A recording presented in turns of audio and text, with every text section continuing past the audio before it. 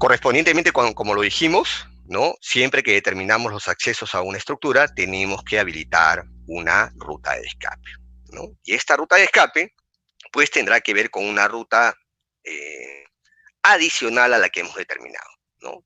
Volviendo al ejemplo que les di hace un rato, de una vivienda, ¿no? De 2 pisos con el segundo piso comprometido, por donde normalmente deberíamos ingresar por el primer nivel, por la puerta de acceso, subir por la escalera interior al segundo nivel para tratar de controlar el incidente, pues yo podría tomar como una vía de escape una de las ventanas del segundo nivel, lógicamente de una habitación, de un compartimento eh, eh, totalmente seguro, sin compromiso de humo ni de fuego, ¿no? Poniendo una escalera extendible, ¿no? Como una vía de evacuación.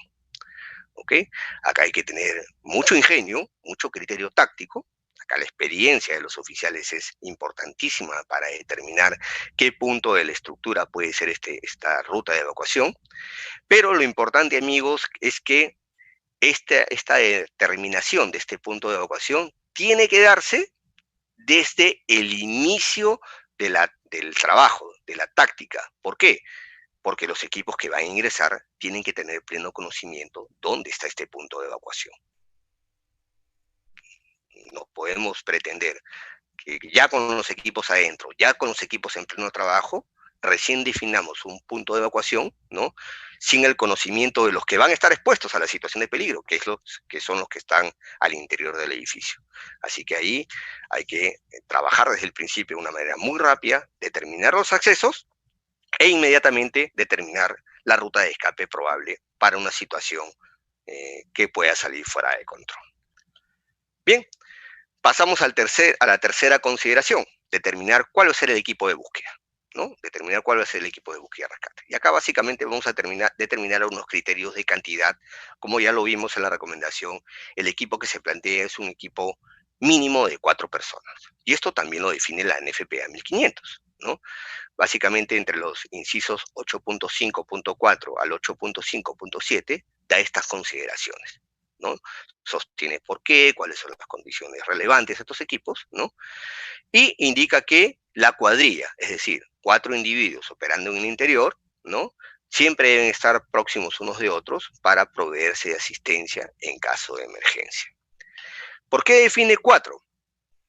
Porque básicamente 2 define que estarán al interior del área peligrosa, trabajando, y 2, ¿ok?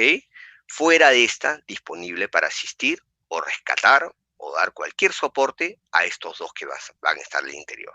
Entonces, tomando como ejemplo el incidente, el incendio en esta vivienda, en esta edificación de 2 niveles, ¿no? Cuyo segundo nivel estaba comprometido, pues el equipo ideal serían 4 bomberos que ingresen al escenario, 2 harán la búsqueda en el segundo nivel y 2 estarán inmediatamente, ¿ok? Lo más próximo a ellos, en la zona más segura posible, ¿ok? Para asistirlos o darles el soporte de ser necesario, ¿ok? Esto, lógicamente, completando ese número ideal mínimo de 4 individuos operando en el interior del incidente. ¿Ok? Y esto corresponde también, y es importante mencionarlo, a una recomendación de OSHA. OSHA en su código 29 CFR 1910, capítulo 134, que tiene que ver con las regulaciones de seguridad para bomberos, ¿no? Indica que en toda tarea crítica, sobre todo con atmósferas ILH, debemos tener 2 personas adentro, ¿no? Dos bomberos adentro y 2 afuera, ¿no? Manteniendo este principio operacional. 2 trabajando en el área peligrosa y 2 fuera disponibles para asistir o rescatar o dar el soporte que se requiera. ¿Okay? Un principio básico y elemental de seguridad que tenemos que tener presente en todo momento para que nos permita hacer que esta tarea sea exitosa. Una de las consideraciones o de los criterios importantes que se toca en esta norma es que para garantizar la seguridad de este equipo, los miembros del equipo deben estar comunicados. Y ese es un criterio importantísimo. ¿Ok? Sin comunicación es difícil implementar seguridad en las tareas básicamente críticas como son las tareas de búsqueda y rescate. La misma norma prevé algunos medios de comunicación, ¿no? Uno de los más elementales o básicos son los medios visuales de comunicación. ¿Cuáles son los medios visuales? Pues que los equipos estén al alcance de la vista uno del otro, es decir, los dos que están adentro están al alcance de la vista de los dos que están afuera, y viceversa. Nos vemos, ¿no? Estamos al alcance de nuestra vista. En un pasadizo, en una habitación amplia, nos estamos viendo. Estamos al alcance visual. Eso determina comunicación y garantiza quizás que con solamente el alcance de nuestra voz podamos darnos indicaciones o alertarnos de que algo está saliendo mal, ¿ok? Este es un criterio elemental, básico de comunicación.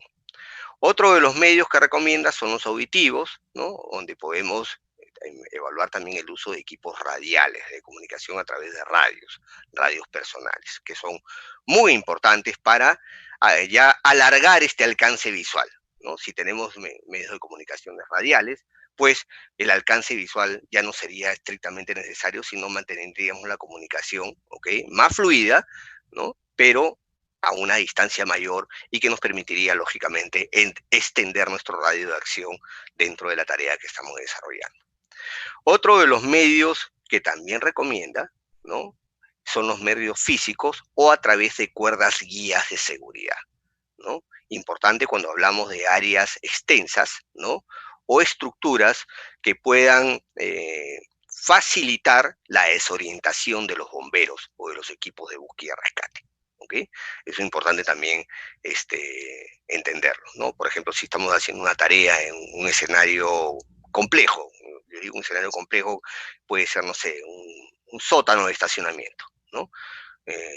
Acá en Lima, en nuestra ciudad capital, con el boom de la construcción que hemos tenido en estos últimos años, hay edificaciones que están construyendo N cantidades de sótanos, ¿no? Para viabilizar el estacionamiento de vehículos, ¿no? Tenemos edificaciones que tienen 8 niveles de sótano, 10 niveles de sótano, ¿no? Bien, son edificaciones espectaculares, ¿no? Pero cuando estas, Dios no quiera, cuando estén involucradas en una situación de incendio, ¿no? Y ni qué decir si son en niveles de estos sótanos, donde sabemos que los humos no se liberan con facilidad, pues serán muy complicados, ¿no? Serán ambientes con poca o nula visibilidad prácticamente, y facilitará la desorientación de los equipos de respuesta a emergencias, no solamente que pueden estar haciendo búsqueda y rescate, sino también para el propio control del incendio, ¿no? Y acá utilizar cuerdas guías de seguridad quizás sea una de las recomendaciones más seguras que podemos tener, ¿no? Para trazar un camino de ingreso, ¿no? Seguro, y también uno de retorno seguro, porque va a ser muy sencillo desorientarnos por las características propias, ¿no? Del ejemplo que le estoy dando, que es una cochera. ¿Se puede dar otros ejemplos? Claro que sí, tiendas departamentales, ¿no? Edificios de oficinas, quizás cuando entramos a un piso de oficinas lo único que vemos son módulos compartimentados, muchos iguales unos con los otros, y que al avanzar unos metros, ¿no? Y girar, avanzar, ¿no? Pararnos, agacharnos. Y si no tenemos visibilidad del escenario, pues nos podemos desorientar rápidamente. Entonces estas cuerdas de seguridad son muy prácticas para tener este acceso y retorno seguro, ¿no? A la parte exterior de la estructura. Es importante también mencionar en este criterio de seguridad del equipo de búsqueda que la cuadrilla, ¿no? Tiene dentro de este concepto una organización básica que la misma norma recomienda, ¿no?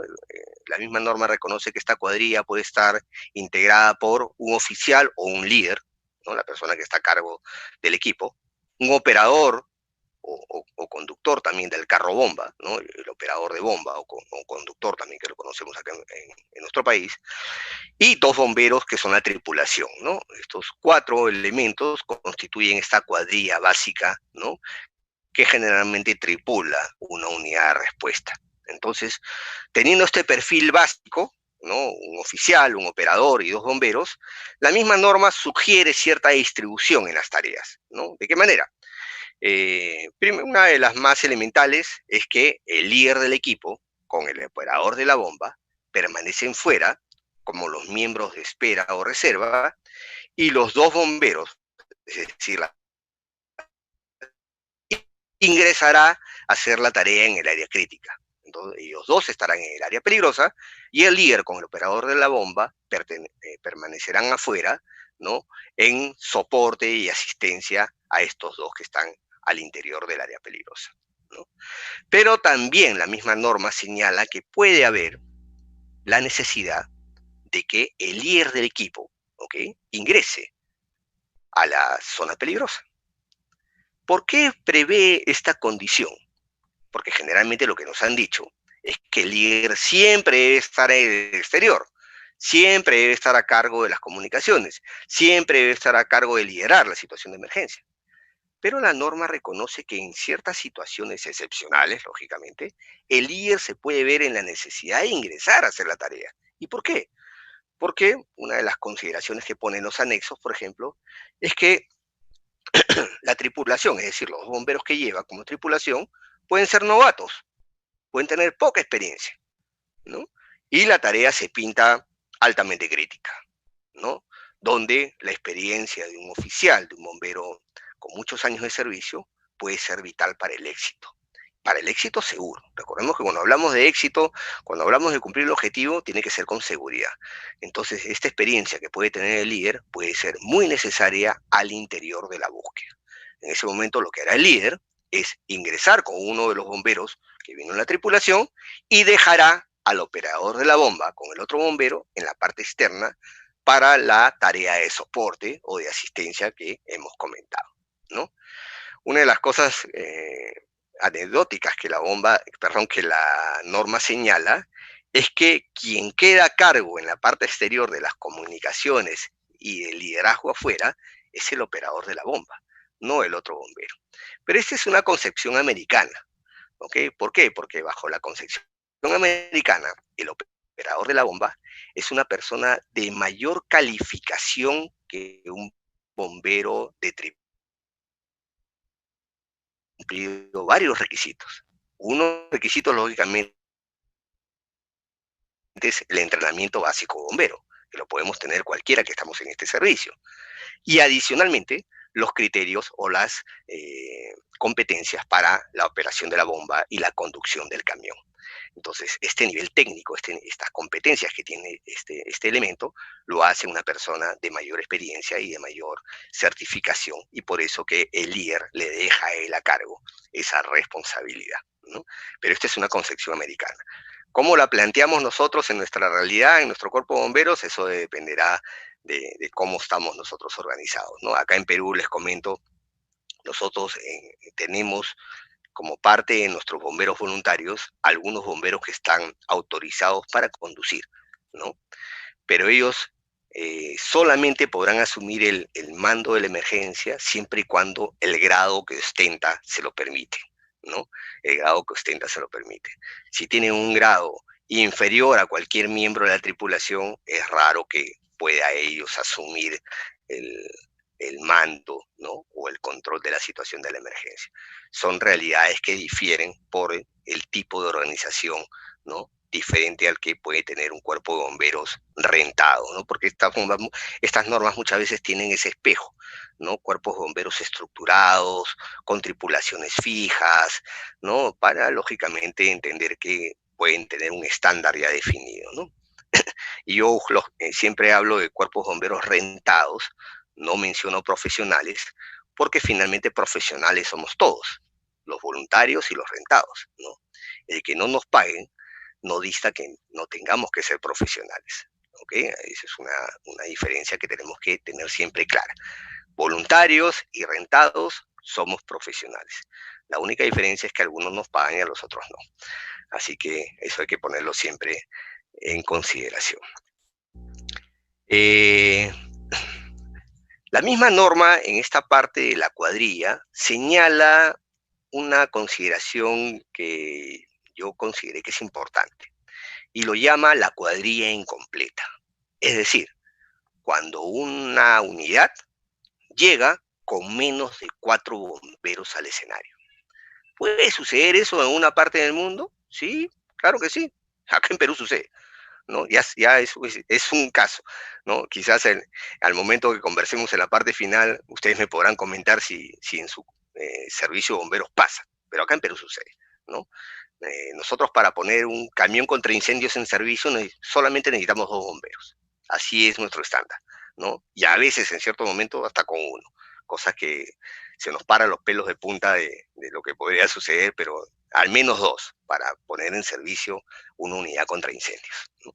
Entonces, bajo esas consideraciones, sí es viable que una cuadrilla llegue incompleta, que no llegue con estos 4 bomberos al escenario, ¿no? Pero acá en Perú, nosotros siempre despachamos a un escenario de incendio 2 camiones.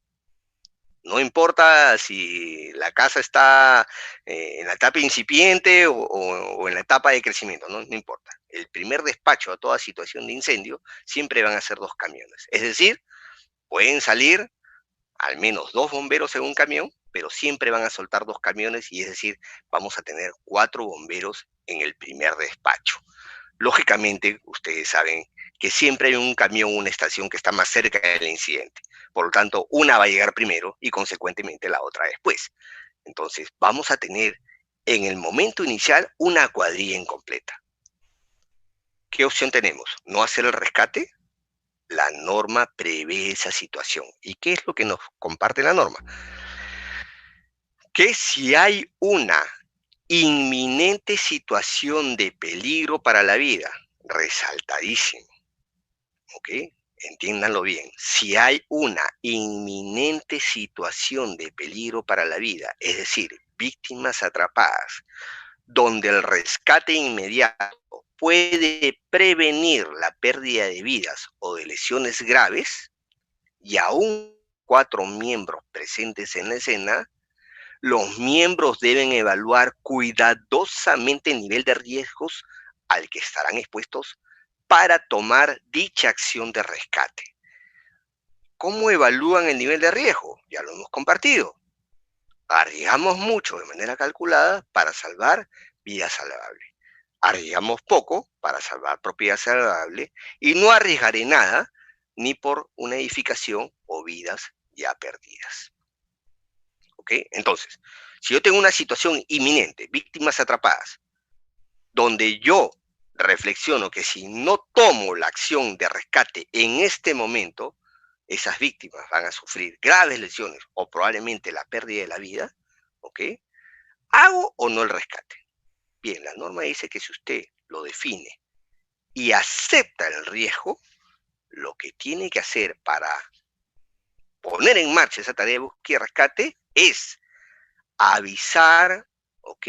Avisar, notificar a la compañía o, o al camión o a la estación que está llegando el incidente, que estén dispuestos, preparados para proveer el apoyo necesario al llegar. Es decir, ese equipo de 2 que nos faltan, esos 2 bomberos que nos faltan para completar la cuadrilla, será el equipo de soporte que está próximo en arribar. ¿Ok? Y esto es importante resaltarlo porque permite la intervención de 2 bomberos que inicialmente llegaron, es decir, una cuadrilla incompleta, y esta pareja de soporte, esta pareja de asistencia, elemental para completar ese número seguro de bomberos, está llegando. Asumimos un riesgo, el riesgo es crítico, pero como la norma lo dice, arriesgaremos mucho de manera calculada para salvar vida salvable. ¿Ok? Y es un riesgo que vamos a tener que asumir, lógicamente, tras una decisión consensuada de los bomberos que estén en ese lugar.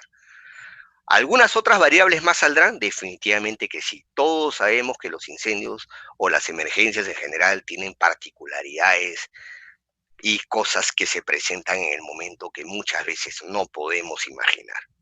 ¿Ok? Así que el criterio, la experiencia, la práctica, la competencia, mucho sumará a favor de tomar la decisión, ¿ok? Pero quien la debería tomar es usted. Esa es la verdad como decimos acá en Perú, esa es la verdad de la milanesa. Usted tendrá que tomar la decisión. Estará en sus manos decidirlo. Ojo, decidirlo. Si es viable, el rescate. no arriesgarse por arriesgarse. Evalúelo con seguridad. Si usted puede tomar ese riesgo, ok, actúe y implemente la tarea de búsqueda y vaya tras esas víctimas que esperan por usted. Bien, esas son las consideraciones entonces para cerrar ya el equipo de búsqueda. ¿Okay? Ya tenemos al equipo, lo primero que hemos hecho es definir el estado operacional, ¿no? La situación para poder ingresar al edificio, las vías de escape, ya tenemos el equipo organizado, la cantidad necesaria, la situación lista, y ahora necesitamos poner en práctica el último criterio de seguridad, que es implementar un control de ingreso y consumo de aire, que como ya se los había dicho al mencionar estos criterios al inicio de la presentación, esto tendrá por objetivo, ¿no?, definir un puesto de control, una persona encargada de este control de seguridad para que monitoree esos tiempos de trabajo seguro. Y básicamente, ¿quiénes organizarán este puesto de control? Pues aquellos 2 bomberos que esperan en la zona segura. 2 están trabajando dentro y 2 están afuera, listos para asistir o rescatar. Y esos que están esperando afuera tienen esta tarea. Ellos establecen este puesto de control. Y acá hay 2 roles rápidamente que mencionar que conforman este puesto de control. Uno es el oficial de control, que será el líder, el que asumirá el control de esta tarea, ¿no? Y para poder realizar este control de manera segura, trabaja con una herramienta, con un tablero, que se le denomina tablero de control. Vamos a conocer sus particularidades en un momento más, ¿ok? Y el otro bombero, recuerden porque son 2 los que están afuera, ¿ok? Asumirá la responsabilidad del vigía, ¿no? Ese es el término que utilizamos nosotros acá en Perú, ¿no? Y es básicamente el hombre que asiste al oficial de control y que, de necesitarse la implementación de una cuerda guía de seguridad, él es el que podrá administrar esta cuerda, ¿no? En el curso de búsqueda y rescate nosotros tenemos una práctica que tiene que ver con las responsabilidades de esta función, ¿no?, del vigía, cómo él administra esta cuerda guía de seguridad, si es que se pone en práctica.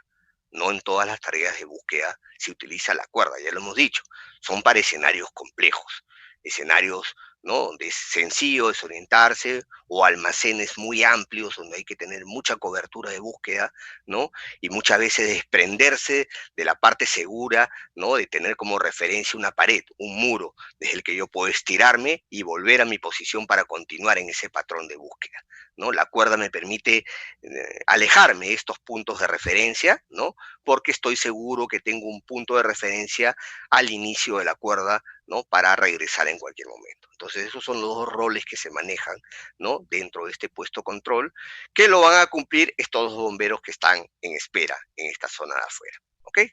Bien, para establecer los criterios del puesto de control, del control de ingreso y de consumo de aire, voy a ir a comentarles, ¿no?, los criterios justamente del tablero de control, porque es básicamente este uso de esa herramienta quien va a permitir administrar con seguridad esta función, ¿no? Y acá tenemos algunas fotos de muchos modelos de tablero de control, ¿no? Como ven, pues hay muchos que son en una tabla acrílica que permite la utilización con plumones, ¿no?, con plumones acrílicos, ¿no?, para escribir sobre ellos, y si algo que hay que corregir o cambiar, pues se borra hasta con el pasar de la mano, del guante, ¿no? Y ya tengo lógicamente el espacio libre, ¿no?, la casilla libre, la tabulación libre para continuar escribiendo, ¿no? Algunos tienen esas argollas metálicas porque interactúan, si logran ver en la foto, ¿no?, donde están los tableros, en la parte inferior hay unas pequeñas tarjetas que tienen unos ganchitos, ¿no?, y que se colocan. Esas tarjetas se les conoce como tarjetas administrativas de control. Pero hay, como les decía, diversos modelos, diversos tamaños, diversos criterios de tabulación, ¿no? Cada uno coherente o inherente al estándar que el cuerpo de bomberos, ¿no?, que los administra, ha implementado, ¿no? Entonces, yo les voy a compartir la experiencia que tenemos con un modelo de tablero de control, ¿no?, que es este tablero de control, ¿no?, que ustedes ven aquí en esta lámina, ¿no?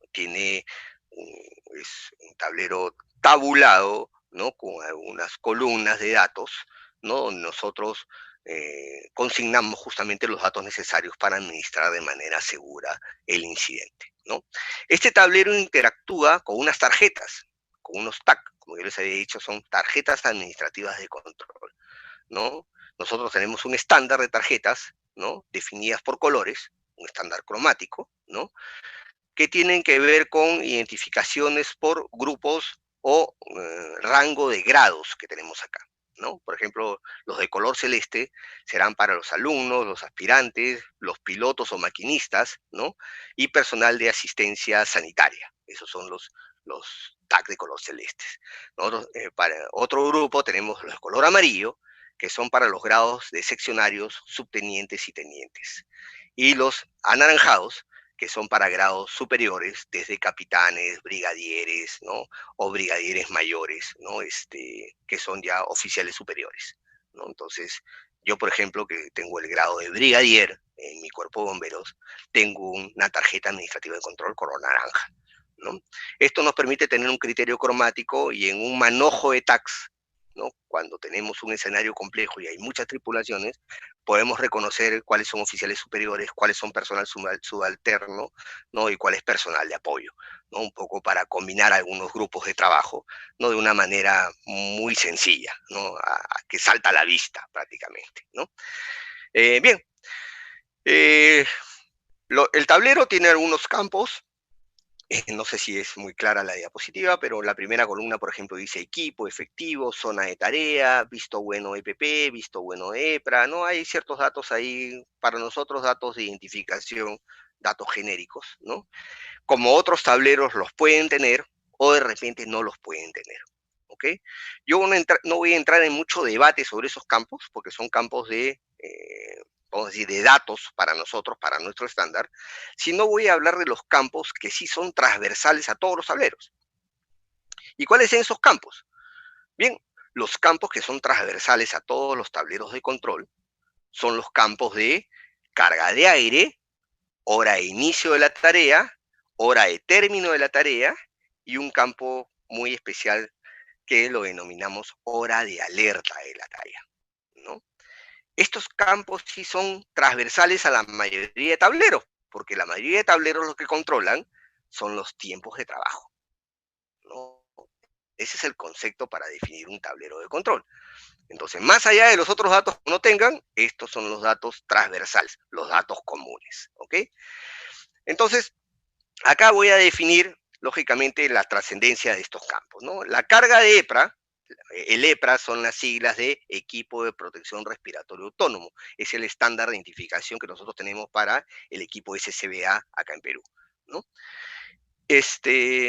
Básicamente ahí lo que se pone es la carga de aire que tiene ese equipo, el equipo que el bombero está utilizando, ¿no? Si bien es cierto, la presentación original que nosotros tenemos de este tema tiene un muestreo sobre equipos de 1.800 litros de aire, que son los que tenemos acá en Perú. Yo he hecho unos cambios, ¿no? A través de una data que me suministró Nicolás, porque me comentan que allá ustedes tienen equipos de 1.200 litros de aire, ¿no? Entonces, vamos a utilizar algunos ejemplos sobre este tipo de equipos, ¿no? Y sobre un manómetro que me compartió Nicolás, ¿no? Que me puede ayudar a dar algunos ejemplos para tener estas lecturas, ¿no? De datos, ¿no? De manera correcta. Bien, acá voy a definir rapidito lo que es la hora de inicio, ¿ok? Que es un campo muy sencillo de colocar. ¿A qué hora empieza la tarea? Bien, y la hora de inicio, bueno, acá tenemos, lo importante es que tenemos hora de inicio, como les había dicho, hora de alerta y hora de término, ¿no? Lo voy a definir la hora de inicio, y básicamente la hora de inicio será determinada por la activación del consumo de aire del EPRA o SCBA, como ya lo habíamos dicho, o era, como que creo que recuerdo que ustedes lo identifican. Pues la hora de inicio será en el momento en que el bombero coge el regulador y lo activa y da la primera respiración, la primera bocanada de aire, ¿no? Se activa el consumo. A eso nosotros le llamamos activar el consumo, ¿no? Empieza a respirar el aire, ¿no? Contenido en el equipo. Bien, ahí se marca la hora de inicio. Ahí se marca la hora de inicio. ¿Qué nos dice el procedimiento? Que una vez que tú marcas la hora de inicio, inmediatamente, ojo, inmediatamente debes colocar la hora de término.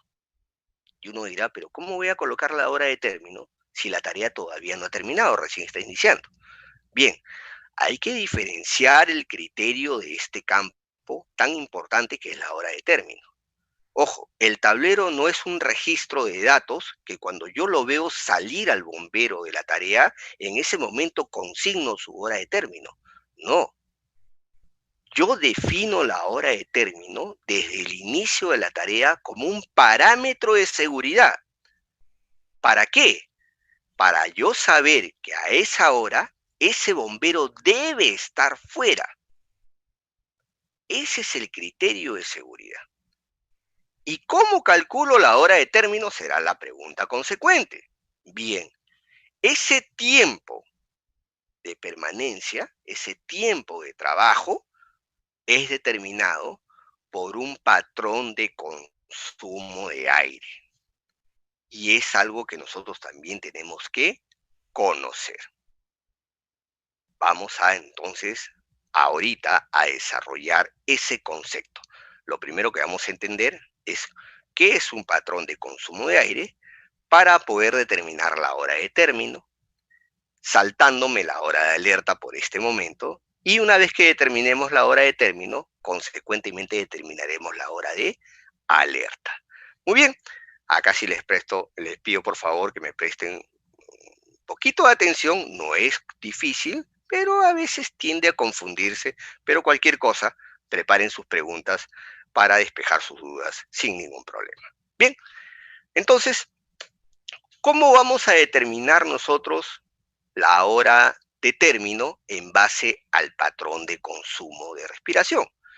Pues para entender esta mecánica, lo primero que tenemos que entender es algunas características de los equipos de aire, elementales, más allá de marcas, modelos, que si tiene cámara térmica o no la tiene, o tiene sensor o no lo tiene, ¿ok? Los equipos son construidos bajo una norma de referencia que es la NFPA 1981, ¿ok? Esa es la norma de referencia, y hay en varios modelos. Usted puede ir a una tienda de equipos de protección respiratoria autónomo, de ERAS, ¿no? Y pedir una serie de equipos de diferentes tamaños y ventajas, ¿ok? Pero más allá de las marcas y modelos, hay tres características importantes que tenemos que conocer, elementales, y yo me voy a permitir comentarlas con ustedes esta noche, ¿ok? ¿Cuáles son esas características? El volumen de aire, es decir, cuánto aire está contenido dentro de esa botella.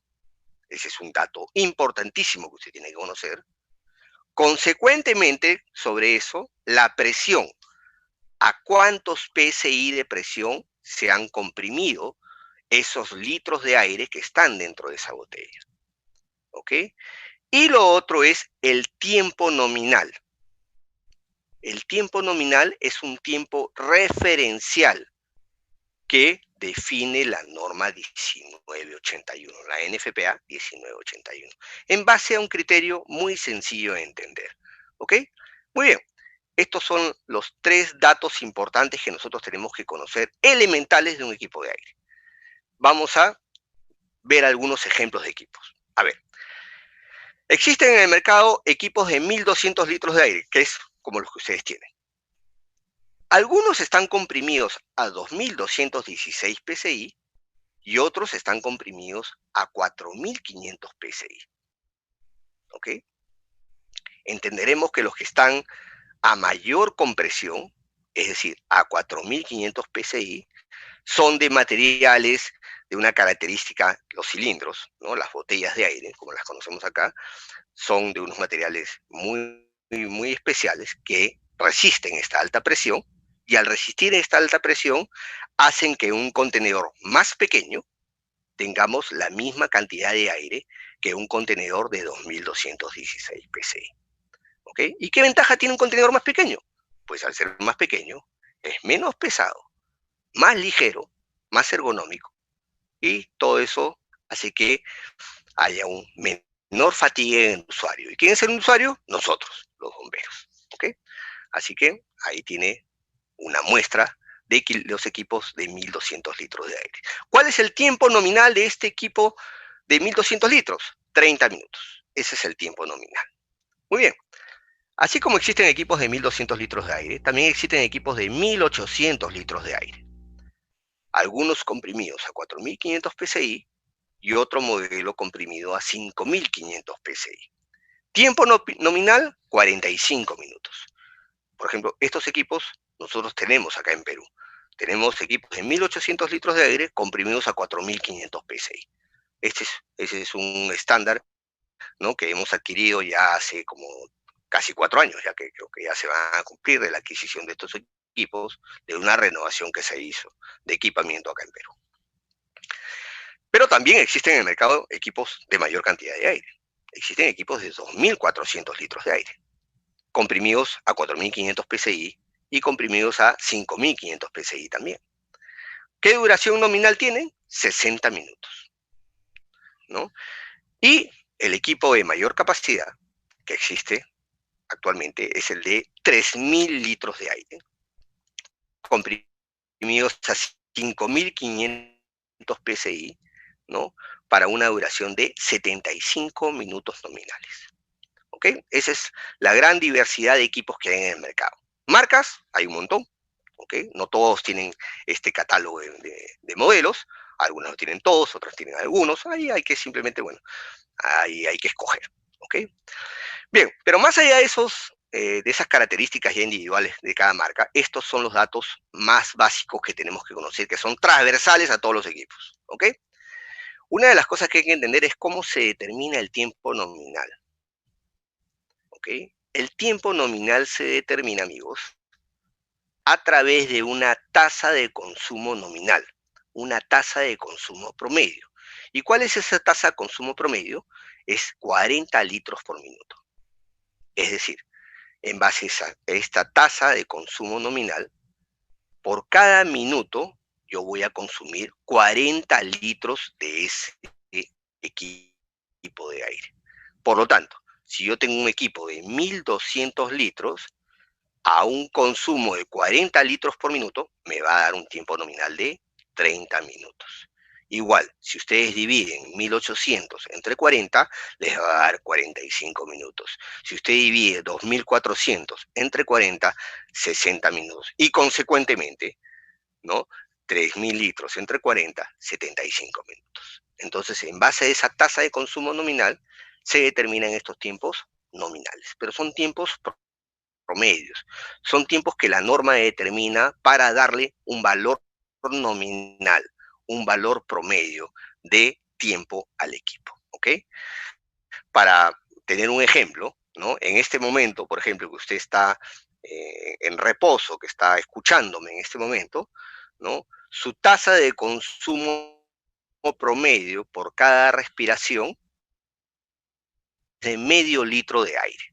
Ese es en promedio. Un adulto, por cada respiración en estado de reposo, promedio, vamos a decir, de 12 respiraciones por minuto, su consumo por oscilará en 6 litros de aire.